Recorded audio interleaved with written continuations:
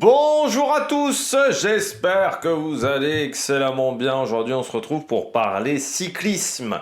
Pour faire le débrief de la 5e étape de Paris-Nice aujourd'hui, on était du côté de Sisteron avec un circuit. Pour finir, on va revenir un petit peu sur tout ce qui s'est passé. Est-ce qu'on a eu un sprint? Est-ce que ça a été beaucoup plus animé que ça?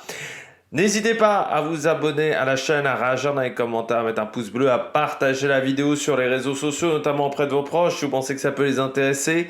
Dans les commentaires, n'hésitez pas à me dire qui vous a plu, qui vous a déçu. EPS 2.0 sur la plateforme de podcast.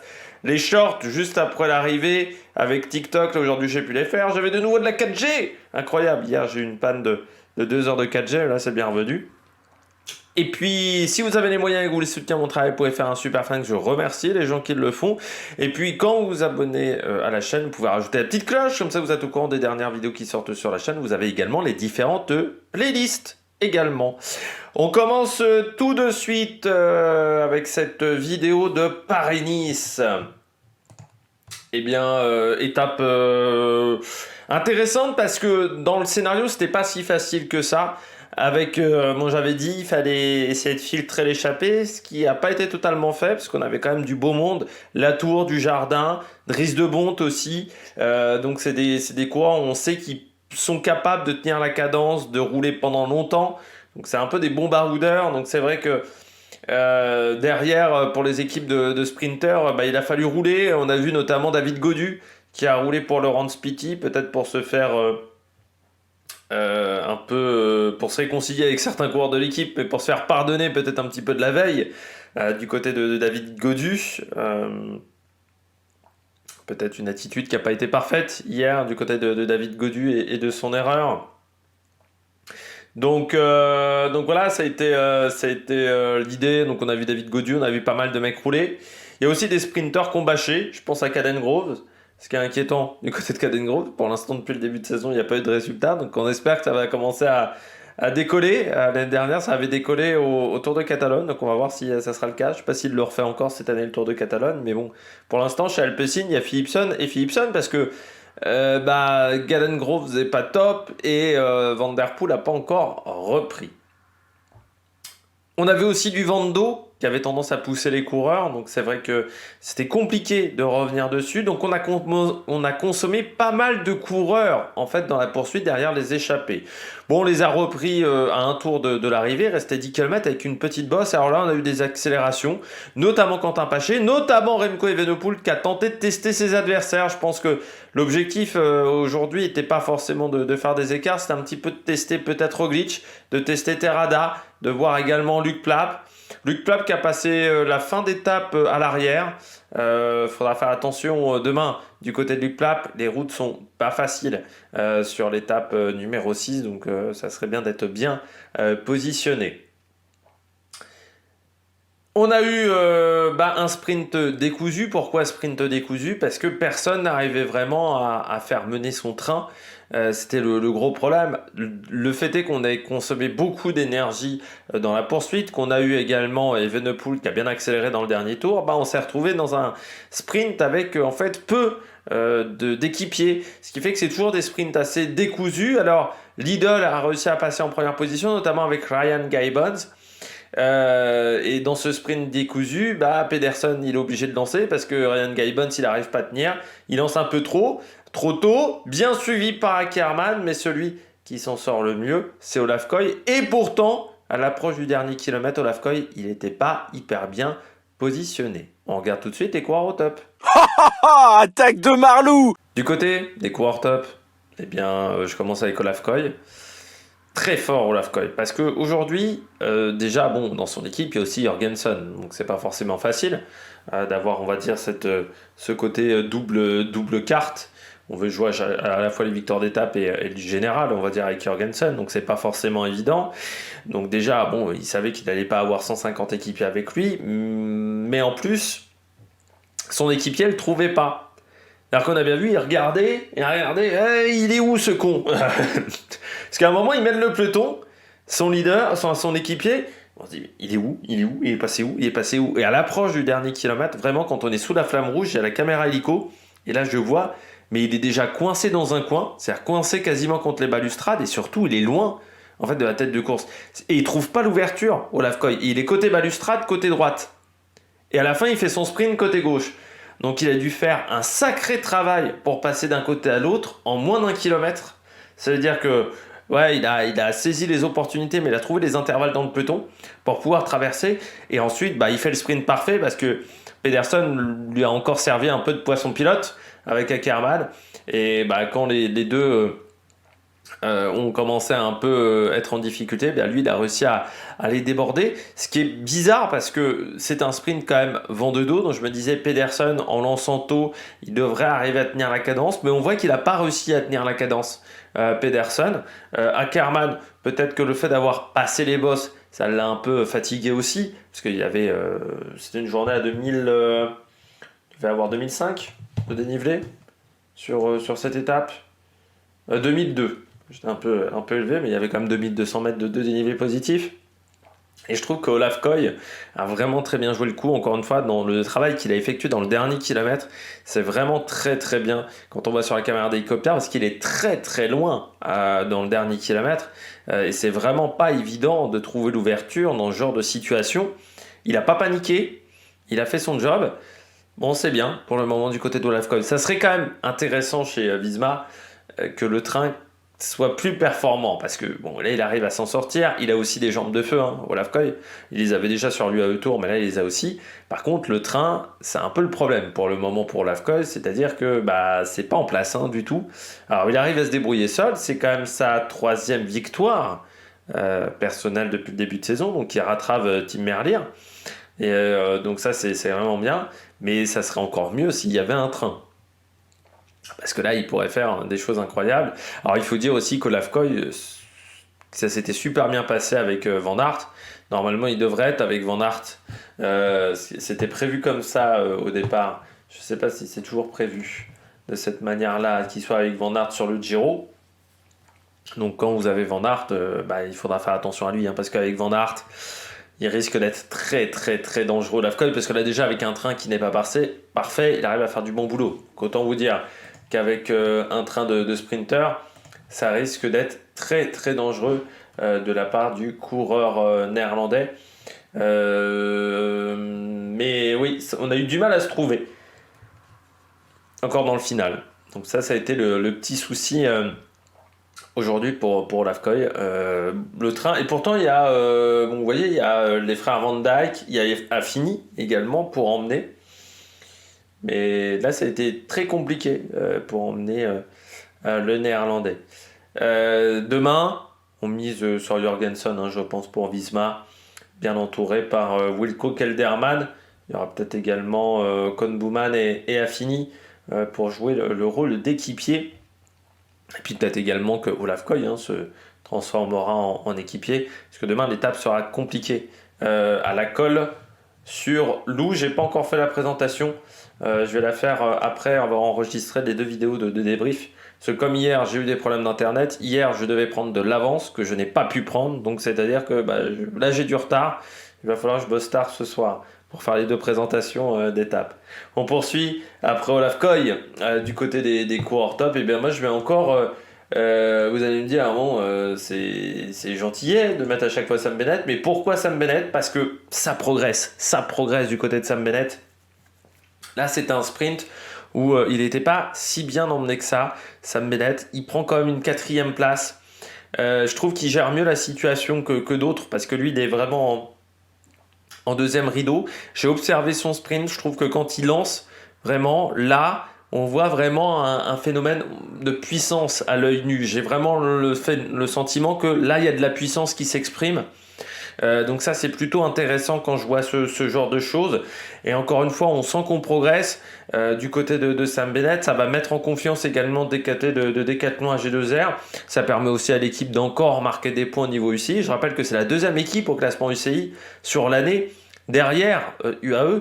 Donc ça, c'est très très très impressionnant de leur part. Et surtout, c'est un bon sprint de la part de Sam Bennett. Le problème, c'est qu'il est en 2e rideau et que quand tu es face à des Ackermann, Pedersen, Koy, si tu es en 2e rideau, c'est compliqué. Il a manqué un peu de monde autour du coureur irlandais aujourd'hui.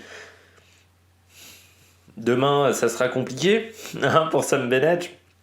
Maintenant, pour les sprinters, on se retrouvera après, là, la semaine prochaine, parce que sur ces Paris-Nice, ça devrait être compliqué. Demain, il y a peut-être un Trentin qui peut passer à la colle sur loup, mais je pense que la plupart des sprinters qu'on a là au départ n'arriveront pas à passer demain. Et du côté du maillot vert, c'est vrai qu'on n'a pas fait un point, mais Olaf Koy, hein, non, c'est Pedersen pardon, qui prend la tête du maillot vert, mais pour 4 petits points face à Lorenz Pitti. Donc ça va être intéressant. Il y a également Olaf Koy qui est à 10 points. Donc il y a vraiment un match entre les 3 coureurs. Demain, il y aura peut-être des coureurs Groupama ou dans le reste de la semaine qui tenteront de partir en échappée. Surtout que Lorenz Pitti, on avait vu hier, il passe bien les bosses. Hein. Parce que hier, sur une étape qui était compliquée, il y avait 3005. Hier, je crois de tête, 3003. Il est quand même, il finit pas loin. Hein. Pitti des meilleurs. Il finit à 45e, à 11,43. Donc voilà, c'est vraiment pas mal. Il finit à 5 minutes de Godu. Hein. Donc pour un mec qui est plutôt profil sprinter, c'est très très bien le résultat qu'il a eu sur cette étape. On poursuit du côté des coureurs top. Eh bien, j'ai mis Ackermann. Ça fait du bien de revoir Ackermann, lui qui était chez UAE l'année dernière. Hein, il avait commencé chez Bora, chez Radnet au départ, puis chez Bora, puis il a rejoint UAE, Ackermann. Chez UAE, on peut pas dire que ça a été une réussite les 2 saisons d'Ackermann. Parce que être sprinter chez UAE, c'est pas forcément évident. Parce qu'il y avait aussi Molano qui était dans cette formation. Et je dirais que Molano et un peu Philipsen, c'est les 2 seuls qui ont réussi à être performants en tant que sprinter dans cette équipe. Et puis même sa dernière année chez Bora, ça avait été difficile parce qu'il n'avait pas été sur les grands tours. Donc ça fait quelques temps que les résultats sont pas fameux. C'est son meilleur sprint depuis le début de saison. Sur l'UAE Tour, il avait souvent lancé trop tôt, le timing n'était pas bon. Du côté d'Ackermann, il y avait une étape où il s'était pris le vent de face en pleine poire. Ça l'avait complètement ralenti. Au Muro, bon, il n'était pas dans le sprint. 9e, j'ai envie de dire seulement à Montargis. Là, il prend une 3e place et surtout, Ackermann, comme Bennett, c'est là où on voit que les sprinters ont progressé dans les bosses parce que maintenant, une étape de 2200 mètres de dénivelé positif, eh bien, c'était des coureurs avant qui ne passaient pas ce genre de journée, surtout Ackermann. Et on voit, il y a même. On sent que c'est des coureurs maintenant qui arrivent à passer ce genre de difficultés, ce qui avant était très compliqué. Ça a été le cas également pour Renaud Wegen aujourd'hui, qui je crois est dans le bon groupe sur ce Paris-Nice. Enfin, tu t'aperçois vraiment que c'est des sprinters qui maintenant, t'es obligé de savoir quand même un peu passer les bosses quand t'es sprinter, quand tu veux jouer des bons résultats. Là, vous voyez, Renaud Wegen il est dans le bon groupe. Il y avait notamment Mesgek devant lui. Il prend la 18e place. Mais aujourd'hui, c'est les sprinters classiques, on va dire, plus classiques, sont obligés d'être performants dans ce type de journée. Parce que sinon, c'est compliqué. Et Ackermann, je voulais voir, ça fait depuis combien de temps qu'il n'avait pas fait un top 3 sur une World Tour. Ça doit remonter, hein, parce que l'année dernière, Tour de Pologne, il passe à côté. Tour d'Italie, ouais, j'avais oublié qu'il avait gagné à Tortona l'année dernière, sur le Tour d'Italie. Mais c'est un coureur qui était assez régulier dans ses top résultats auparavant. Maintenant, c'est plus compliqué. Un peu comme Bennett, c'est des coureurs qui essayent de se relancer. Un côté chez Decathlon, de l'autre côté chez Israël. On verra si ça se passe bien pour le coureur allemand. On espère surtout un grand tour pour Ackermann aussi dans sa saison. Mais j'avais oublié que l'année dernière, il avait fait le Tour d'Italie. Il avait fait le Tour d'Espagne l'année d'avant. Là, le Tour d'Espagne, c'était pas bien passé, je crois me rappeler, pour Ackermann. Ouais, il y avait eu... Ah si, il y avait une 2e place. J'avais oublié la 2e place à Tomares, par exemple. Mais c'est vrai que c'est un coureur qui a eu une période chez UAE qui était pas sensationnelle. Donc là, on espère la relance chez Israël. 2 années de contrat. Coureur qui a 30 ans, qui vient d'avoir 30 ans, puisqu'il les a eu le 17 janvier dernier. Je le voyais plus vieux que ça. Et qui a désormais 11 saisons chez les professionnels. Il a commencé en 2013, Coco. Ça fait quand même une petite trotte au niveau de sa carrière chez les professionnels. On regarde tout de suite les bonnets d'âne. Du côté des bonnets d'âne du jour, je commence avec Cocard. C'est pas très rassurant qu'avec Cocard sur ce Paris-Nice. Pourquoi ? Parce que Cocard, pour moi, il est pas au top quoi. Aujourd'hui, on est sur un sprint où il n'y a pas vraiment énormément, il n'y a pas toutes les oppositions possibles. Il y en a quand même quelques-uns qui ont bâché, Dely, Caden Groves, Tyson qui n'était pas dans le sprint, donc ça laisse des opportunités. C'est un sprint où il y avait quand même un peu moins de tension. Le problème, c'est qu'aujourd'hui, Bryan Coquard, on ne l'a pas vu. Alors, s'il y a quelqu'un qui a vu un maillot de la Cofidis, en passant, qui nous appelle, papier libre, dans votre télépoche, non, sans déconner, les Cofidis, on ne les a pas vus de la journée. On est quand même sur une étape, encore une fois, aujourd'hui, où il y avait l'opportunité de Alors, il y a eu Alexis Goujard, pardon, dans l'échappée, mais quand je parle de se montrer, c'est de se montrer dans le final. Hein. On ne les a pas vus dans le final. C'est-à-dire que, pourtant, tu as Bryan Coquard, de Beaumarchais, Benjamin Thomas, ils peuvent tenter de faire un train dans le final de cette étape. Au moins Benjamin Thomas, qui l'a déjà fait quelques fois, ce qui aurait permis peut-être à Bryan Coquard de remonter. Là, on le voit quasiment jamais en caméra d'hélicoptère, Bryan Coquard. C'est-à-dire qu'il ne fait vraiment pas de sprint. Et ce Paris-Nice du côté de Bryan Coquard, il n'est pas fameux.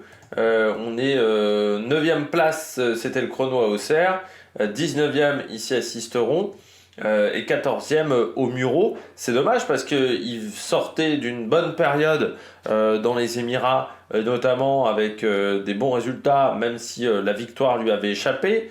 Il avait fait 2e également sur la Classiquette Communauté de Valenciana 1969. Là, il passe à côté, je trouve, sur son Paris-Nice. Alors peut-être que le retour en Europe a été compliqué à gérer pour le coureur français, hein, parce qu'encore une fois, le 14 février, il est à Oman.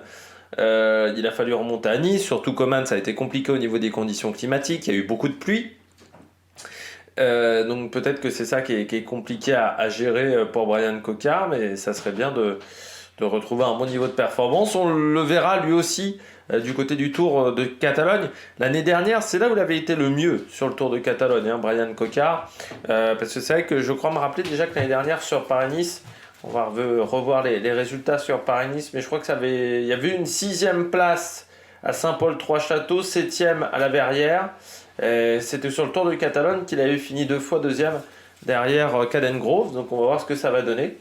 Mais pour l'instant, son début de saison n'est pas fantastique, alors que l'année dernière, il gagnait à Down Under, il faisait 5 également sur la première étape du Tour des Alpes-Maritimes et du Var. Là, c'est un petit peu moins bien, donc on aimerait avoir du grand Bryan Coquard. Après, du côté de Bryan Coquard, il y a peut-être des objectifs aussi Jeux Olympiques, parce qu'à un moment, il faisait partie de l'équipe de poursuite par équipe.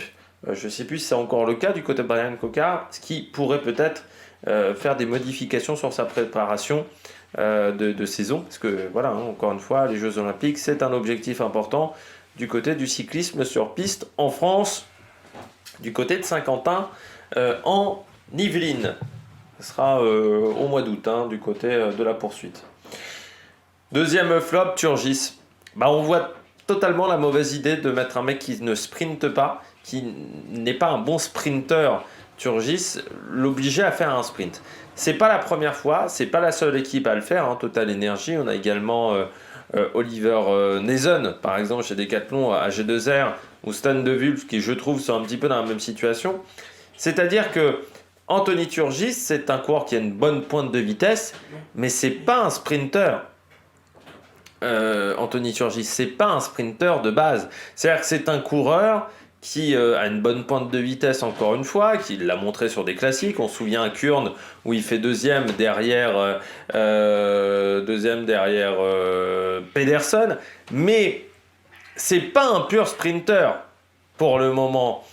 Anthony Turgis. Et là, on l'oblige à faire un sprint massif où il peut pas s'en sortir parce qu'il est face à des Olaf Koy, face à des Bennett qui savent jouer avec ce type de coureur-là. Il s'est fait complètement manger à l'entame du sprint, c'est-à-dire que c'était impossible pour lui d'obtenir un résultat. Il se fait complètement balader sur ce sprint. Voilà, il y a un moment, il prend un petit contact et tout de suite, il est à deux doigts de Valdaguer.